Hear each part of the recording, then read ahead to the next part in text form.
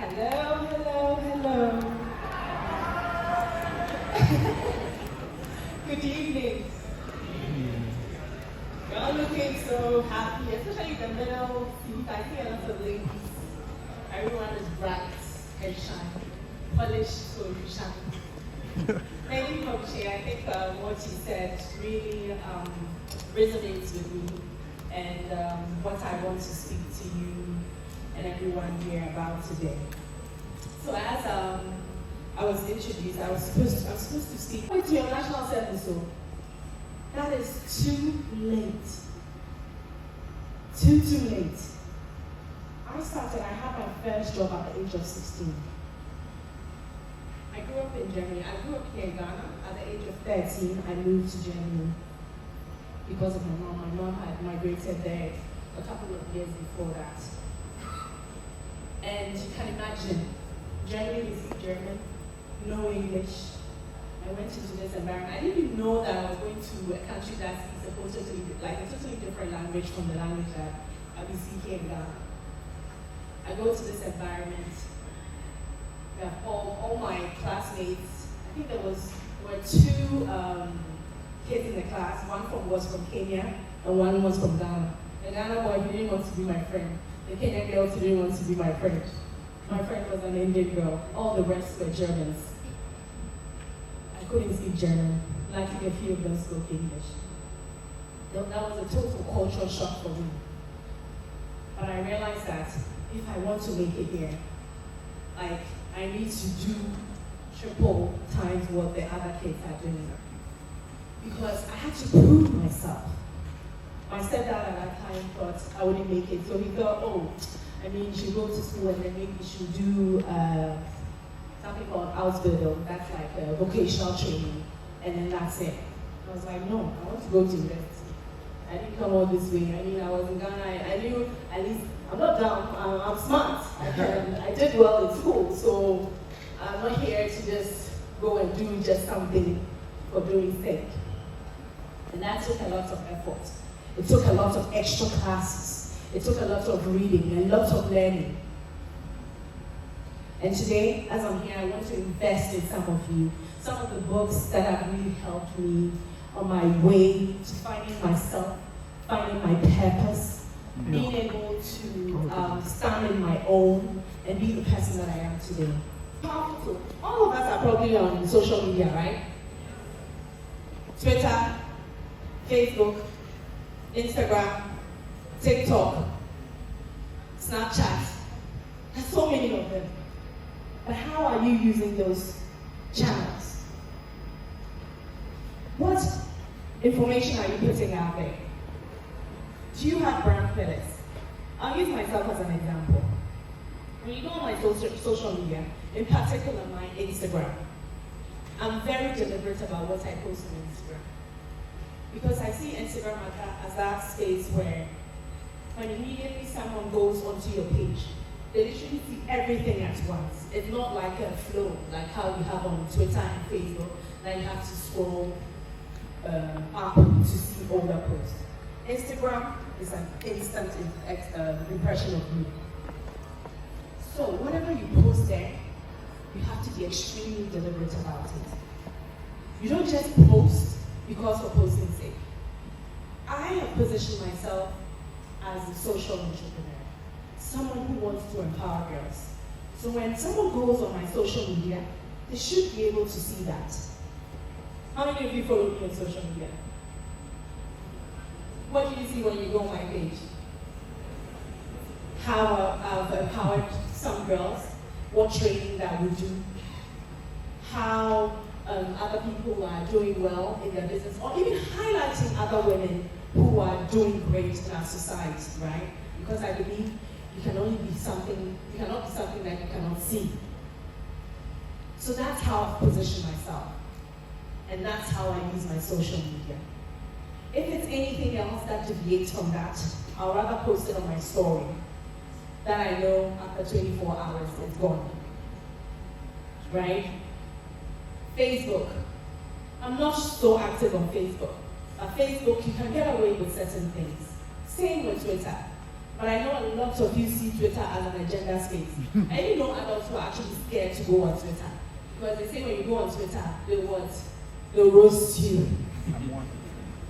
But I can tell you, some of the biggest contacts that I've gotten this year, Global Citizen, UNHCR, that's the UN Refugee Agency, the UN Road Safety Fund, Comfort UK, World Vision UK, all of those contacts came from Twitter. Do you know why? Because I was deliberate with how I used it, how I instrumentalized it for my own purposes. I follow all these pages, and when I see, for instance, what they do that speaks to what I do as an organization, I retweet it, I comment, and you see that when it comes to those social developmental issues, not so many people actually care to actually post or like or reshare, as Kobiche said. So when they see someone who is verified, who actually then also repost whatever they have put out there, they're like, who's this person? And immediately they DM you and say, hey, thank you. They actually say thank you for reposting our content. We really admire what you are doing. We would love to work with you. And that's it. Do you get it? So you need to be very deliberate how you use social media. TikTok and Snapchat, I'm not on those pages, so I actually didn't know how to use them, but I'm sure there are ways that you can actually utilize it to your advantage. I have my own brand pillars as well. What are my brand pillars? My purpose, my unique selling point. That is empowering women. And everything I do, everything I communicate, I make sure it runs through everything. Your communication cannot be, oh, I'm a business analyst on Instagram.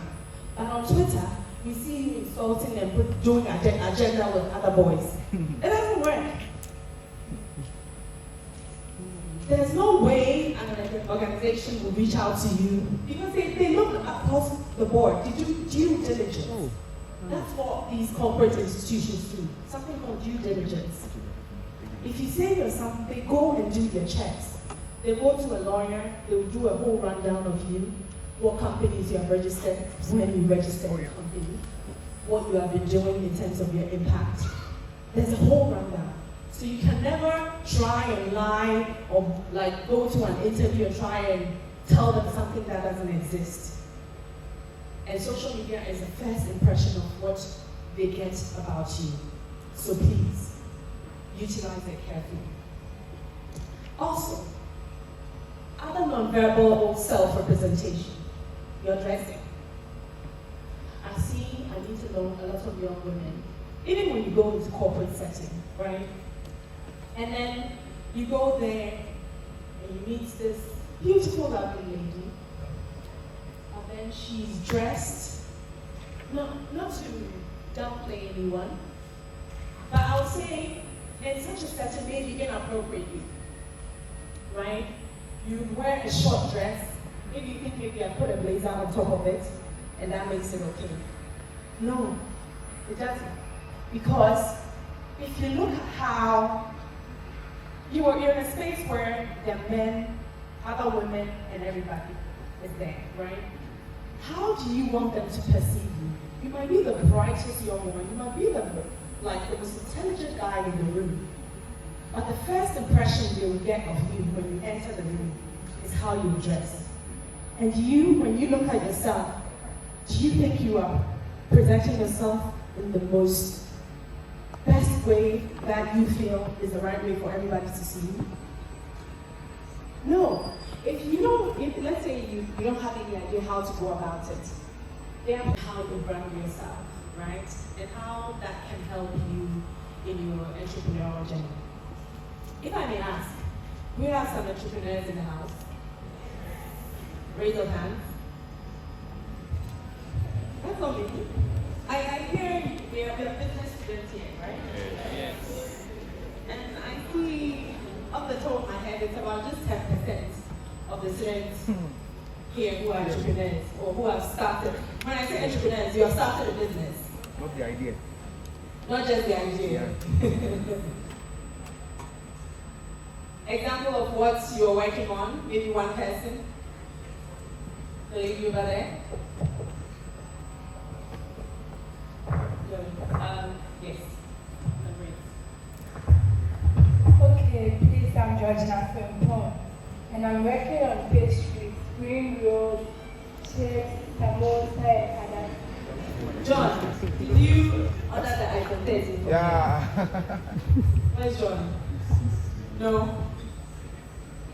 Congratulations to you. Anyone else? I have a young man at the back in the African wear.